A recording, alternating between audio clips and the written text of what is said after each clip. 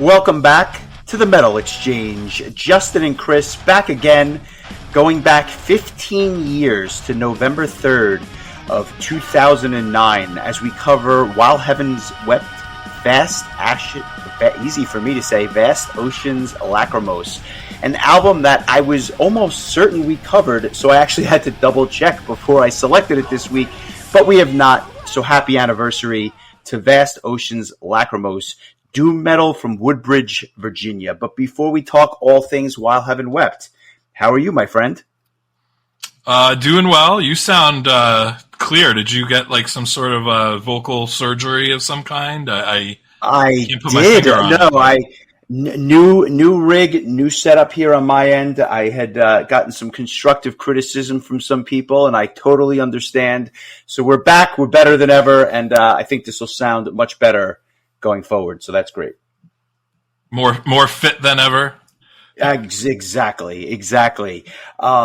Busy week in the music world. I don't know if you had a chance to listen to everything, but I'll start with always assume that I have not had a chance to listen to everything. I know you've listened to this though because you sent it to me. A new Majestica single? Yes. Interesting. I found that they released this single in advance of their next album, which is called Powertrain. It also happens to be the name of the track as well. I thought it was interesting because the band has released a couple of singles. One earlier this year called A New Beginning, and then another one 3 years ago called Metal United. And neither one of those tracks appear to be a part of this new album, which is interesting, especially considering like one of the singles came out earlier this year, back in July. It wasn't even that long ago, but I guess that was kind of a one-off situation. But yeah, I was so excited to see this. The band's playing on 70,000 Tons and Prague Power next year, so like you're going to see them at least twice, I would imagine. And I'm so excited to finally see the former Rainseed, now Majestica. This song is great. I'm excited to hear the whole album. I love their debut. What did you think of this new track? I loved it. I thought it was one of the more refreshing power metal tunes that I've heard this year. I am low-key really excited to see them on the cruise. I'm so happy that they got announced for Prague Power because I almost felt guilty seeing them. I honestly plan on seeing them twice, but I felt guilty seeing them on 70K if they were not coming stateside. But I feel a little less guilty knowing that you'll see them 8 months later. And correct me if I'm wrong, don't they dabble with a couple of Rainseed songs typically when they play live? Like they don't ignore that material. They kind of, dip their toes into the pool, if you will. From what I've seen, I'm trying to remember, or I'm going to look it up and see if they've actually played any shows recently. They haven't. The Setlist.fm doesn't have any setlist from them since July of last year, and there are Rainseed songs on here because at the time I think the band had only had one album. I feel like with this new album, it might kind of push out the possibility of some old school Rainseed songs. I can't imagine that they don't hit any. But now that they'll have two full length, albums to work from as Majestica, I'm assuming they're not going to play any Christmas songs. The album comes out February 7th, which is like right on target with 70,000 Tons. So,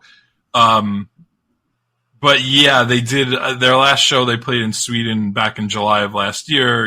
They played No Fate. They played Welcome to the Theater, Eternity. So like it'll be, I would hope that at least they sneak 2 or 3 in there because that would make me really happy as a longtime Rainseed fan. That would be really, really exciting.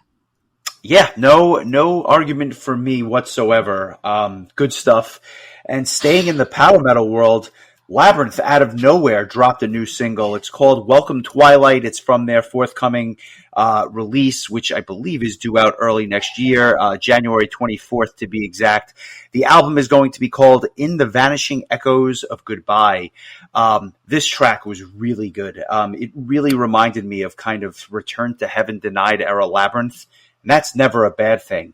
Ironically, an album that we have not yet covered, if I'm not mistaken, which is just simply bananas. But yeah. I digress. Really good single from them. Olaf Thorson is a busy guy. I mean, that Vision Divine album is still hasn't even collected any dust yet, and now we have a Labyrinth album coming in January. So between that and his METALEXCHANGE appearances. Yeah. He might be due for his third appearance, beating out Ash Edison with 3. So we'll keep an eye on that. But I really like this track as well. And the band hadn't released anything in 4 years, so I think people were definitely ready to hear some Labyrinth. So good stuff there. Yeah, and like I said, just completely out of nowhere as far as I was concerned. And just one other thing on my end.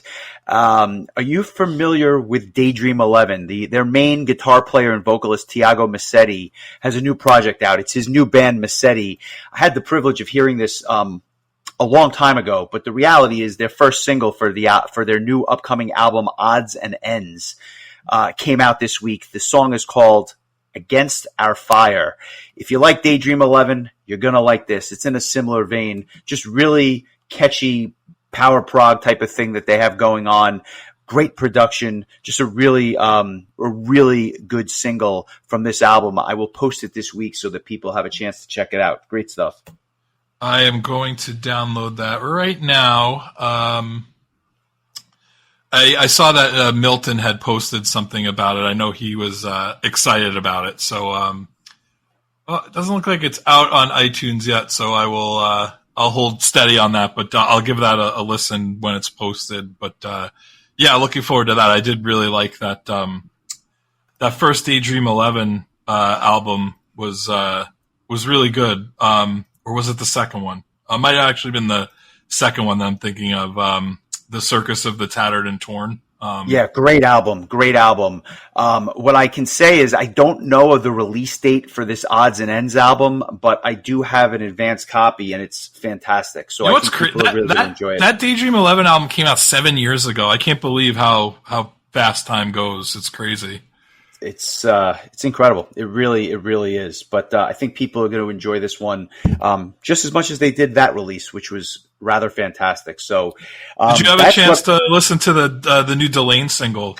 I did. I didn't think it was anything extraordinary, but I thought it was just another solid Delane track. They're another band that's playing 70,000 tons, and I look forward to that immensely. I think that the new lineup is really gelling at this point, and I look forward to catching them on the cruise. Just almost like comfort food for me when I listen to them. It just kind of brings me back to a certain time, and I didn't think the single was extraordinary, but I certainly enjoyed it. Did you have stronger thoughts? No, I mean, I think it's just this album that's coming out literally tomorrow as of time of recording, which would Friday, November 8th. It's listed as an EP, but it has 15 tracks on it. It's got 2 brand new songs. This one, The Reaping, being one of them, and then there's a re-recording of Sleepwalker's Dream, which, if memory serves, that one was that from the first album or the second album? It was from the first album, Lucidity. So yep. We'll get to hear Diana's take on that with the current lineup, and then there's a bunch of live tracks and a couple instrumental tracks and an alternate version of Underland. So look forward to checking that out. Not a lot really new with it. The first single, Dance with the Devil, has been out for a bit now, which I think I preferred that track a little bit more than this new one, The Reaping. But either way, I'm excited to hear the other stuff and to see what else the band has in store going forward. I'm excited to see to hear their second full length album with this this updated lineup because we both were big fans of Dark Waters from last year. So I think that actually surprised a number of people that it landed so high on both of our lists. So high expectations for our friends in Delane. Totally well said. I agree completely. I'm going to ask you this. Did anything else catch your ear this week, or did that pretty much sum up your week as well? I want to say that was pretty much the long and short of it for me. Avatarium dropped another single, I See You Better in the Dark. I haven't had a chance to listen to that yet, but I am looking forward to their upcoming album, which again, it's interesting that we're having so many albums that we're talking about are actually coming out next year. This one is going to be on January 24th, Between You, God, the Devil, and the Dead. This is the third single, I believe, that's been released in advance of this album, but I'm looking forward to it. And actually, I think it's a good segue because they're a doom metal band, and the band we're going to talk about today is also, I don't know if I would call them like a traditional doom metal band, but there's definitely quite a bit of doom elements to While Heaven Wept. So why don't you tell us why you chose this album to discuss? So for me, this was a transformative album in many ways. If you would have asked me in 2010, when I first heard this album, what are your thoughts on doom just as a genre? I really didn't pay it any mind. I had no patience for it. It was too slow. It was too plodding. The little bit of Candlemass that I had heard at that point really didn't do very much for me. And I just wouldn't consider myself a fan of the genre.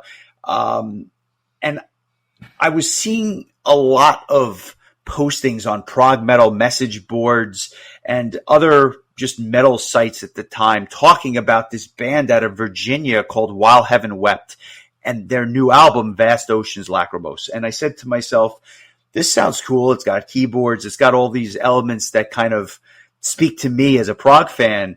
And so when I first heard it, I was immediately blown away. There are albums that we talk about on the podcast that take a couple of listens before you kind of warm up to it.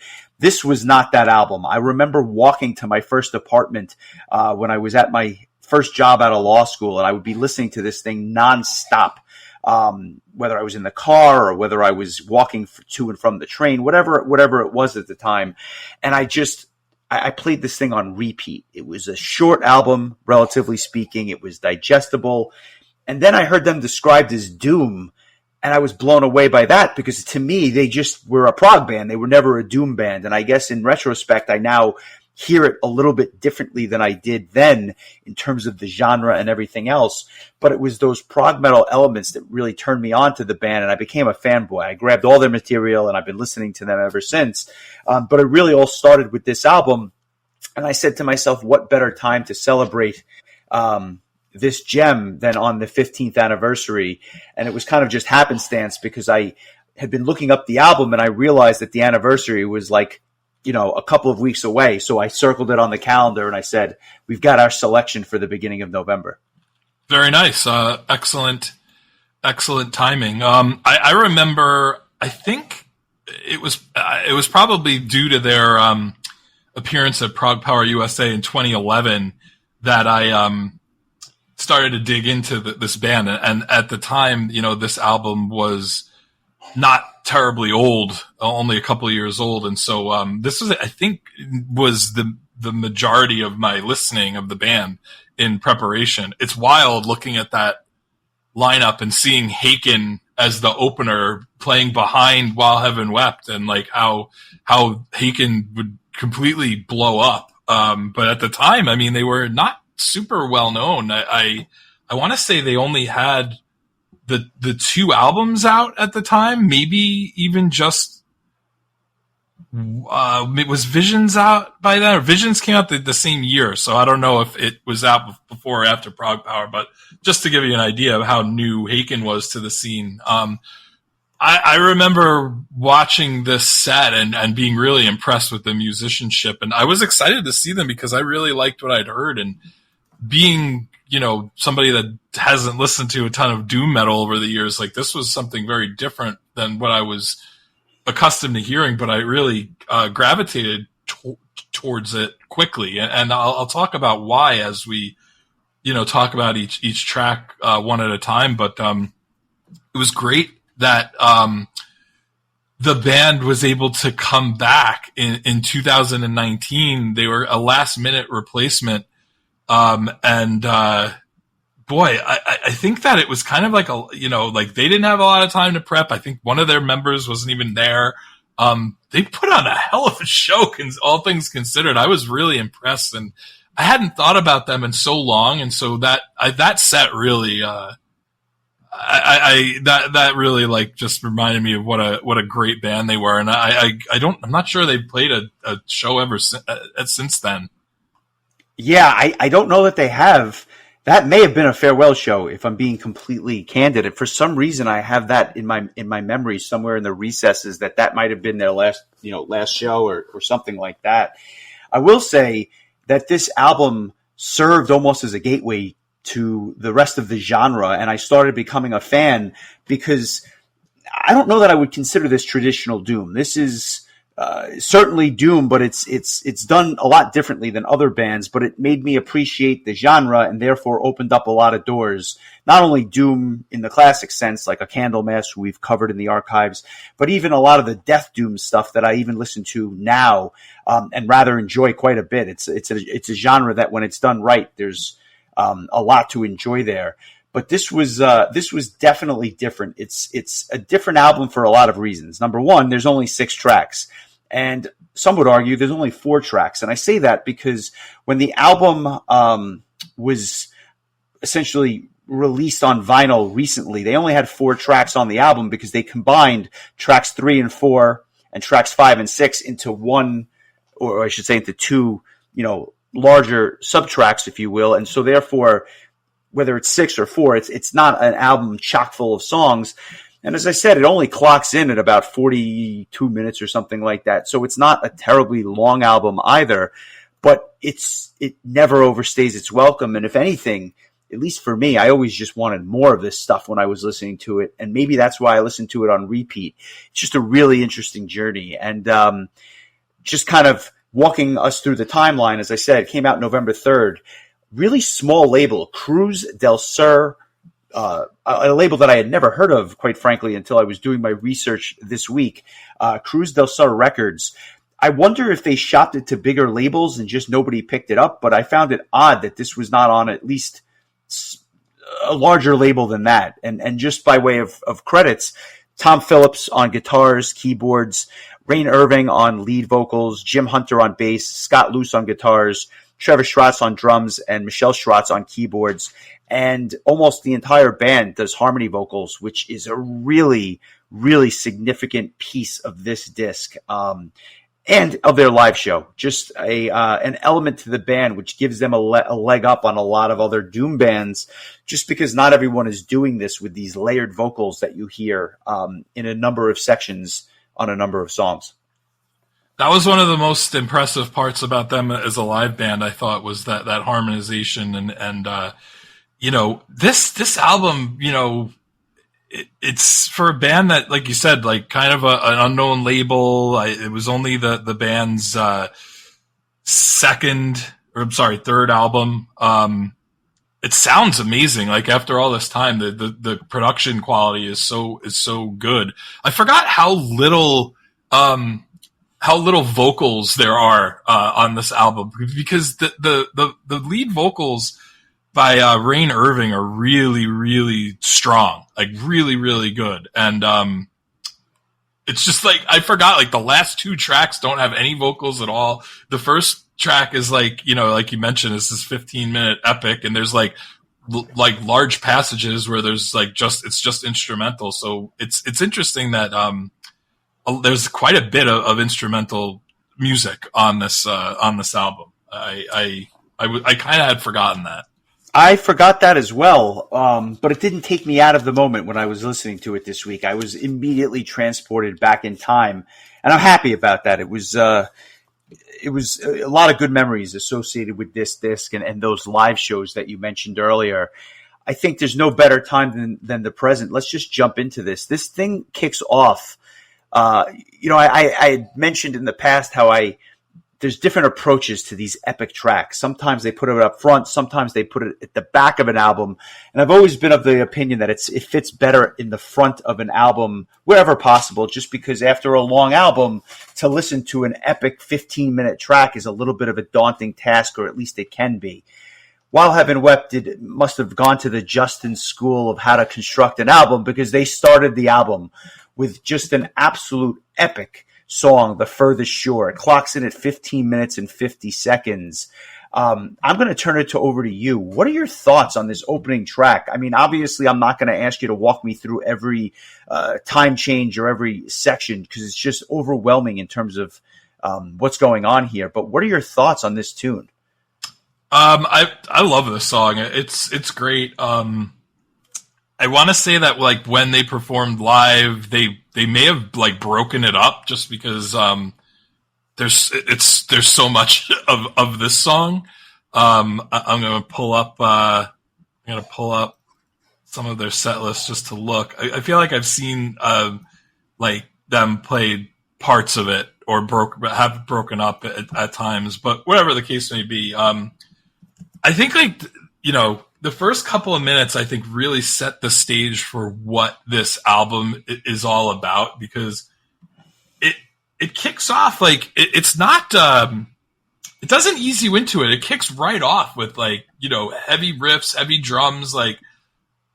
But then, like 45 seconds in, those keys and the orchestration comes in, and you realize that like there's a lot of like classical influence here that meshes with this kind of doomy kind of guitar and drum sound, and then it kind of like calms down into this like really ethereal, like atmospheric vibe that gave me a little bit of like old school Halloween vibes. Like I don't know if it's like parts of like Keeper of the Seven Keys or and oddly enough, this will not be the last time I compare something about this album to Halloween. But really, yeah. Okay. But there was like a little bit of a flourish there that made me think of that, and then it just kicks back into I think like the main meat of the song, like the verses and the chorus. I guess I'll let you kind of fill in some of the blanks as far as like the middle and to the end of the song, so I'm not sitting here describing a 15-minute song, but I just think for a 15-minute track, this is just incredibly well produced, well orchestrated, well performed. I toyed with making it my song of the week, but it's just like it's too immense for me to try to pick a minute of. So, but I mean, it's an excellent song, and I feel like it really just sets the table beautifully for what the journey that this album is gonna take the listener on. I don't know that it's my favorite track, but it's damn close. And it's going to be my song of the week. And part of the reason I wanted to kick it over to you was if you were going to choose it, I would have pivoted. I think the album deserves to have two separate songs, but I'm gonna just kick it off with the song of the week, The Furthest Shore. Let's give it a listen, and then I'll come back and explain why I chose it. And I'll just say, good luck picking a minute of this thing. No, I was going to tell you're going to have to choose the minute. Can I change my song of the week? I'm just kidding. I accept that the silence I sought will elude me forever. Straining against this maelstrom unbound, my limbs frail and broken. Splintered apart after storm upon storm, my heart in hopes and sunken. Desolate.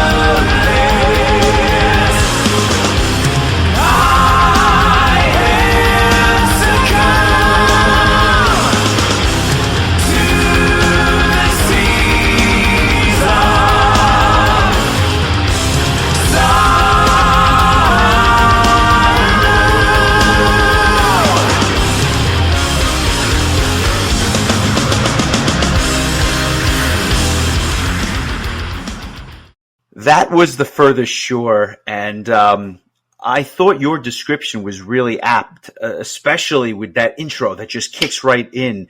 There's no long, drawn-out introduction. This is not, a Halloween album from 1998. They just go right into this thing, and it's immediately faster than most Doom, and I guess that's why I never thought about them being a Doom band when I first heard the album. But that really simple but powerful riff combined with the keys and the drums, I think sets the tone not only for this track, but for the whole album. But what kind of grabbed me as a fan, as a prog fan especially, was how it just started to slow down, and then they bring in the acoustic guitar. Some of those elements, and they do it on a lot of tracks, is just absolutely fantastic. And what I love about this track in particular is the changes of pace. They go from, fast and heavy, they slow it down, they'll pick up the pace again in other spots. And when you combine these soaring vocals and the backing harmonic vocals behind it, it's just a perfect combination. And because of the length of the track, it's a track that has a number of cool bridges on it. They're a little subtle, but they're kind of help connect the track and keep it on keep it going for the 16 minutes and whatnot. I think it's the prog elements, though, that really hooked me onto this song and then the band itself. Because as we drift ahead to Wander the Void, the next track, a lot doomier and a lot more reminiscent of a classic Doom band. But The Furthest Shore just checks off all the boxes for me, and that's why I made it my song of the week. I completely understand, and I feel like at the end of the song, I don't know if the whole end, the last 3 minutes, is its own part. I don't know how all that works, but it's just this very orchestrated, just kind of like a mid-tempo guitar solo, and it's reminiscent to Pachelbel's Canon in certain spots. That's what I always thought of when I would hear the end of the song. Not quite exactly, but kind of close to it. I wonder if that was a conscious thing. But yeah, just an outstanding epic tune that leads us into something a little bit more straightforward. Yeah, that opening riff of To Wander the Void just screams Doom, and I hear a lot of early Candlemass, and quite frankly, it's beautiful. We had covered the debut Candlemass album in the archives, and this section that kind of kicks off this song is straight out of that album as far as I'm concerned. It picks up speed a little bit as you enter the verses, but what stands out are Rain's vocals, these soaring vocals over an awesome riff. What's interesting, and I don't want to take the credit, but I kind of hit the nail on the head with this one. There's this quality to the chorus and the backing vocals that like that piece. I kept hearing The Apparition by Fate's Warning. You're shaking your head. Am I crazy, or did you hear that? That was the exact song I was going to bring up, honestly. Yes. Yeah. I had to go back into my old Fates Warning catalog and figure out what song it was that reminded me of it. And then I hit The Apparition. I was like, that's the one. I'm glad that you picked up on that too. That is one of my favorite early Fates Warning songs, and I picked it up right away. But the irony is that when I did a little bit of research, this track is actually a tribute to Fate's Warning, according to Metal Archives, which I found fascinating because I had no idea, but clearly they did a good job because we both picked up on this right away. And since I mentioned that's one of my favorite old Fate's Warning songs, if not my absolute favorite, I love this song. I think it's great. And it has this majestic quality to the whole thing, which is just a real attraction to me. And I love how during the instrumental section, it picks up speed. And again, cool contrast on this thing. Banging drums. I mean, just absolutely a banger of a drums sections on this thing. Great tune.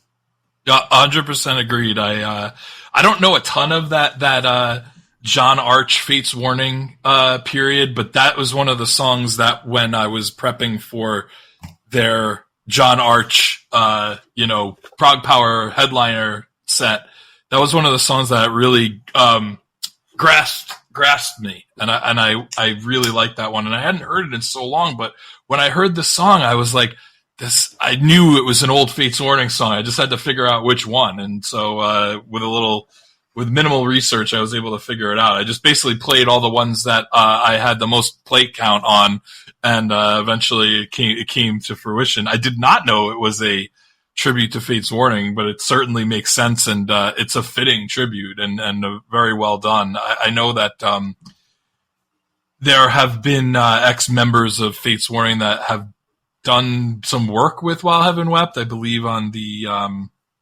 a different album.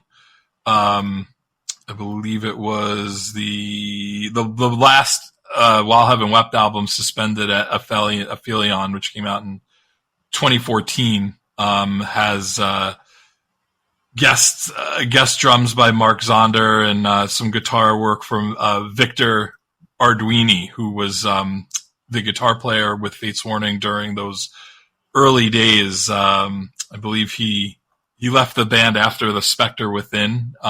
So there are some tie-ins between the two bands beyond the fact that they're both from the good old US of A.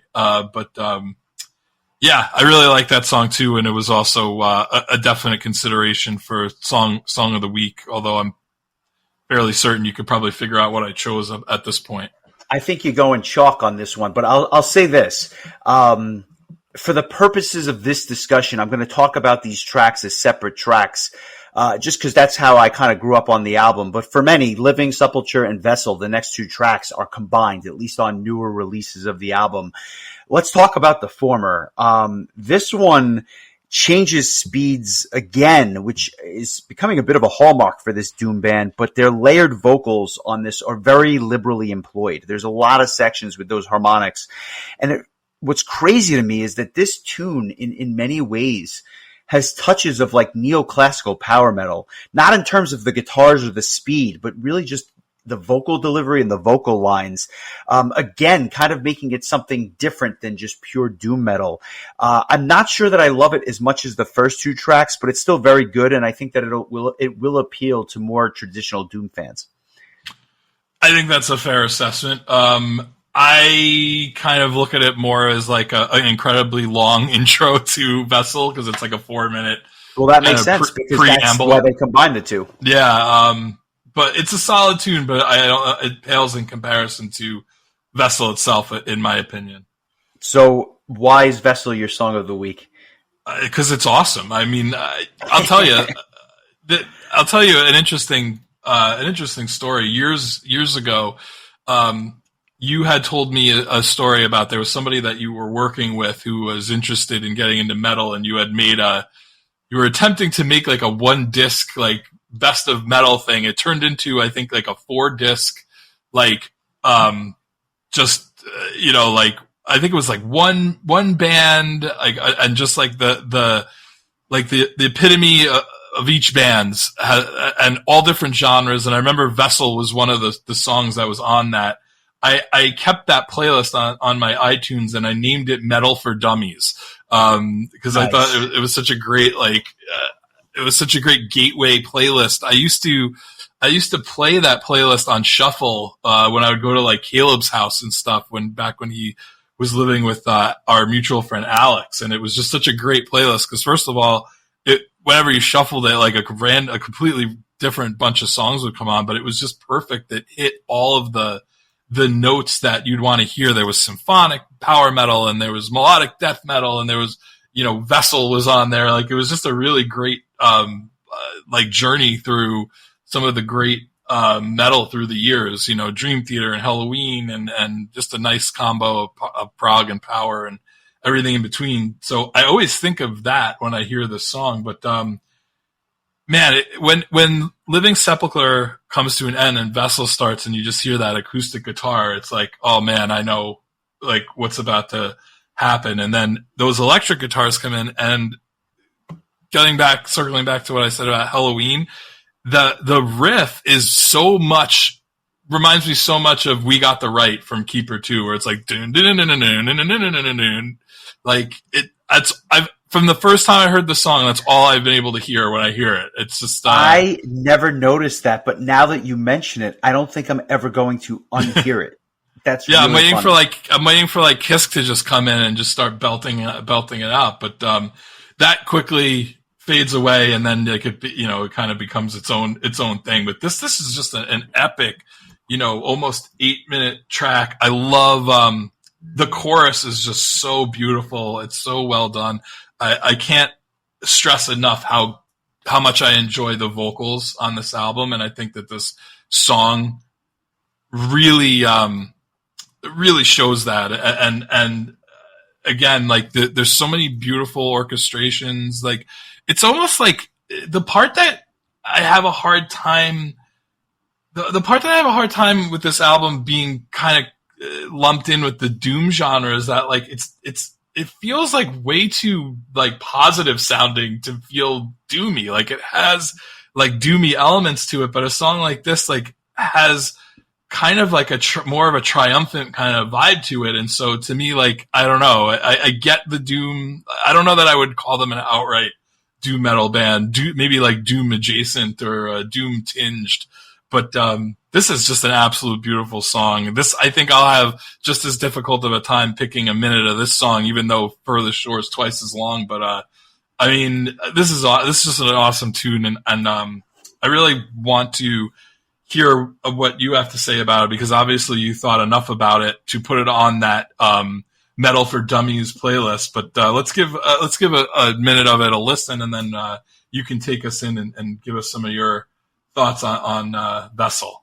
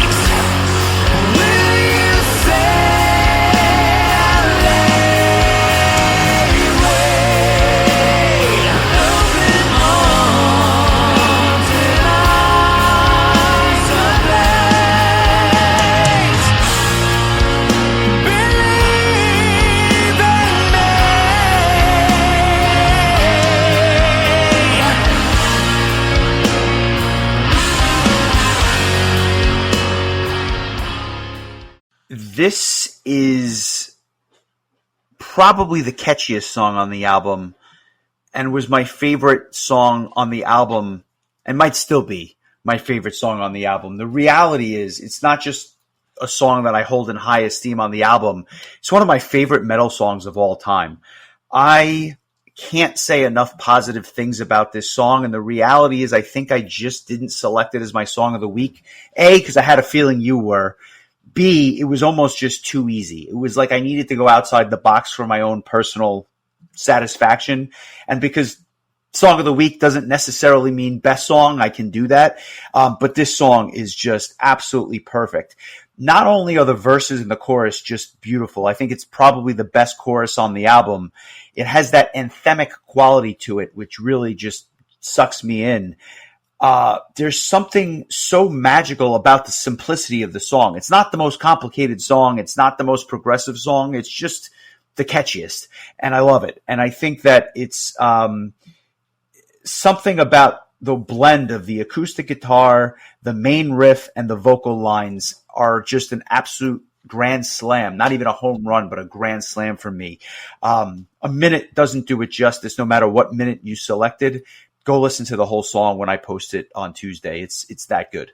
This track was dedicated to, quote, the one, no matter how near or far, together or apart, with undying love. And I mean, the lyrics to the song, like, it's obviously a love song. I mean, tonight will you sail away with open arms and eyes ablaze? Like, it's this really beautiful love song. Again, it's not very doomy when you're talking about sailing away with the love of your life. I mean, I guess unless the love of your life is, the bass player for Candlemass. But tell me this: is Vast Oceans Lachrymose, is that part of this Living Sepulchre Vessel? It feels like it could be like the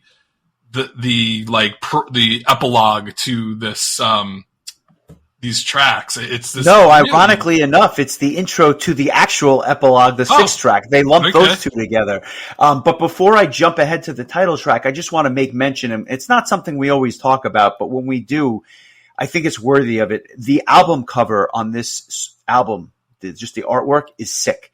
And I think it's probably a scene from, Vessel the song, not the love song component, but just the idea of the ship on the choppy waters and stuff like that. I just think that the cover art is one of the best. It looks like a Bob Ross painting on steroids, and I'm all for it. And so it's actually an old painting called Christ Stilleth the Tempest by John Martin. I believe you can go see it at the York Art Gallery in England the next time you're in North Yorkshire. So that's awesome. Well, I love it. I think it's a beautiful piece, and I'm glad that they used it. I think it's just very fitting. So, yeah, that's Vessel, and then we get in a world where we're starting to come face to face with a lot of album art that's done by AI. Like, this is to me the complete antithesis of AI, because it's not just like a handmade album art, but it's literally a work of art that they use to do this. So I'm really glad that you brought that up.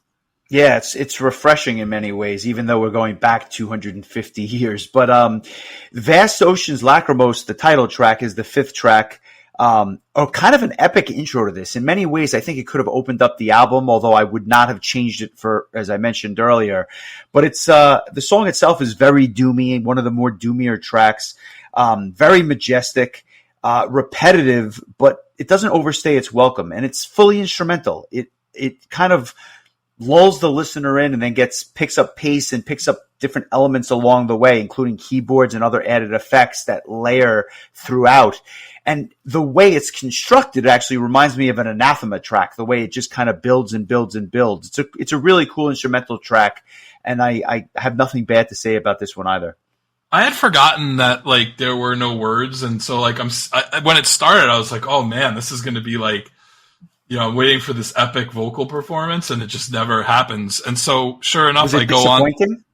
No, not at all. It's a beautiful song. It's just so funny to me. I go on to Metal Archives, and I've come to find out that this track has lyrics, but it's instrumental. So I'm going to read the lyrics to you that you never actually hear in the song. I set my heart out to sea, hoping someday my love would return to me. Yet the years have passed like waves, and I have fatigued with age. In lacrimal oceans vast, deserts of time have washed away. The passage of time implies progression, yet I've become stone, watching worlds dying, negating the solace I've never known. Now that's doomy. That's doomy, and you learn something every day. Learn something new every day, because I had no idea about that. But that's cool. That's really interesting, and I wonder if at some point there were plans to put vocals on top of this track. But who knows? Yeah, absolutely fair enough. I just thought it was weird that the album would end with two instrumental tracks. Like it's very unusual. It's not something you seem to see too often. No, for sure. And the last proper track, epilogue, is really kind of an outro of sorts. You hear the waves crashing in the background. It's kind of the end of the voyage. A lot of keyboards and sound samples. I don't know that I have too much to say other than the fact it's kind of an interesting way to end the album. And I don't know. Every time I would hear this track, I would kind of go back to the beginning and play it again, or at least I did in 2010, because that's just how much I adored this thing. I still am. I think it's remarkable how well it holds up even 15 years later. Could not agree more. I could not agree more. It'll be, and I have to say, like, they'd come out as a band with albums after this. They came out with Fear of Infinity in 2011. They came out with Suspended at Aphelion in 2014. I never thought they captured the same magic as they did with this album. Those albums are good. They've got some really interesting things going on. But to me, I'll just say the phrase that pays. I think this is their magnum opus. I could not agree more with you. I mean, I wonder if the band feels similarly, but it really is a real work of art, no pun intended, considering that they used a work of art as the as the cover art. But it's a really lovely album, and I'm really glad you chose it, because it had been a really long time since I sat down and listened to it, and so it was a real treat to get to like listen to it a bunch of times this week. And it was a very stressful week from at least from an American citizen standpoint. So listening to something kind of that was kind of like comfort food in music form was real pleasant. So I'm glad that even though you didn't know what was going to happen when you chose the album, now that we're done listening to it, it was a pleasure, and I kind of kept that same mindset in the back of my head for when I chose the album we're going to talk about next week. But yeah, this was really lovely, and I know that this is probably going to be towards the bottom when it comes to bands that we've talked about, towards the bottom of bands that are well known. So there's a pretty good chance that there's some people out there that might not be familiar with this album at all. Go out and listen to it, because especially if you're into doom metal or just enjoy prog metal, I think that there's definitely power metal elements throughout this as well. There's just a lot going on, but definitely recommend this. Also, I recommend check out the live album / DVD called Triumph, Tragedy, Transcendence, that was recorded at the Hammer of Doom Festival. I actually own this, and it's so do I, and it's awesome. Yeah, they play quite a bit from this album, and it's just a really nice thing to have. I need to go back and watch this. It's been a really long time, but I knew when there was like a live While Heaven Wept DVD, I was like, oh man, that sounds like something I should own. So that is in the pile of many DVDs and Blu-rays I have amassed over the years. But I definitely recommend that, especially if you're a fan of this album. I am so curious, maybe even more so than usual, what score you're giving this. I get the sense it's going to be high. I'm kind of curious as to how high a score you're going to give this album. I'm going to give this album an 8.5. I just think that it's a tad bit short, but maybe that's okay. But there really isn't a lot to nitpick about it. I mean, I just think it's a very excellent album. The only reason I think I don't rate it any higher is because it's not like my typical go-to genre, but it's just a really, really well done album. I don't know. I might be underselling it with my score, but I think that's kind of where I'm at with that. I have to feel like you're gonna rate it a bit higher. I am. I struggled with the score because I agree it feels a little bit short. The listener kind of wants more. But at the same time, the music that is there is really damn near perfect. So I oscillated a little bit. I think I fell out at a 9.25. Maybe my favorite doom metal of all time, doom metal album of all time. I don't know that I can isolate one and say I like this a lot better. I do like some of those Draconian albums, which is on the Death Doom side, but this album, for my money, is about as good as it gets in the genre, and I might be underselling it a little bit as well. But it's a 9.25, just an all-time classic for me. I see you're throwing out a little Draconian love right there, aren't you? There you go. And I think more than anything, what sold me on it is that it just withstood the test of time. I liked it just as much now as I did 15 years ago. So that's what I'm going with. And that is While Heaven Wept. That is Vast Oceans Lachrymose. And this is the news, because we've got quite a bit of news items this week. First and foremost. By the way, before you get into that, I just want to say that was a great transition. You just messed up my transition. I know. That's what I'm here for, to ruin everything. Outside of Scenes from a Memory, this is the highest collective score we've given an album dating back to Master of the Rings by Halloween that we talked about on July 8th. So I just thought that was worth mentioning. Nice. That's, and it's to the quality of the album for sure. Yeah, it's also one of the highest rated albums we've talked about this year. So, I mean, I just wanted to throw that out there. But please go ahead and continue on after I've flubbed your wonderful transition. Thank you. Those that were looking forward to going to see Mayhem on their North American tour are going to have to wait a little bit longer to see the band. Apparently, their tour, which was going to kick off November 12th in Montreal, short tour, but nonetheless a tour, about a 2-week tour of North America, has been canceled because a member of the band is having emergency medical surgery. I don't know why. No further details given, but no Mayhem tour in 2024. So if you had tickets to that, I'm sure you'll be getting a refund.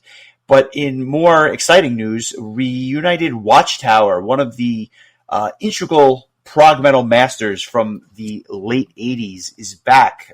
They have reunited. They're working on a live EP and a 40th anniversary reissue of Energetic Disassembly, their debut release.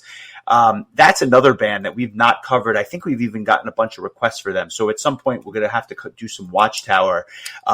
Control and Resistance, their second album, is widely regarded as one of the best early prog metal albums of all time. So that is one in particular that I think we're going to have to cover. But Watchtower back. It would be interesting to see if they do some new music as well. In terms of new music, King Diamond coming back with a new album in late 2025. They've got 2 songs already in the works and more on the way. So that will be interesting. That tour has been very, very good by all accounts. Unfortunately, I did not get to see them. So that's a little disappointing, but I am a new convert to the band after our episode on Abigail that we did last year. And then finally, Michael Wilton of Queensryche is coming out with his first solo album, Volume 1, on December 6th. News to me. I didn't know this was coming out, but it's, as I said, it's coming out December 1st for all Queensryche fans. That'll be something worth checking out. It's a good way to motivate yourself to make more albums when you name your first album Volume 1. I mean, are you just going to stop there, or you're basically forcing you to make another one at that point. Otherwise, it's a complete and abject failure. But that brings us to next week. What are we listening to? Well, we are getting off the metal train. It's been a while since I've done this after, if you recall last year in October, some of my choices were really off the wall, and it was a weird October. We talked about the Monkees. We talked about a video game cover band. I mean, it was weird. And so I took a little break from veering off the metal track, but there's another anniversary that I really would like to celebrate, and I think this is probably going to be the last of my anniversary albums for the year, unless by accident something else comes up. But this is an album that came out on November 22nd in 1994. This is a year that we have went back to many, many times, even prior to this year when it wasn't really an anniversary. We talked about Green Day's Dookie and Offspring's Smash and, numerous other albums, mostly metal albums, but also, stuff from that 90s alt-rock grunge era. And we're going to go back to that. We talked about Pearl Jam's 10 album. It was your pick towards the beginning of the podcast's existence. We're going to talk about Vitology, the band's third album.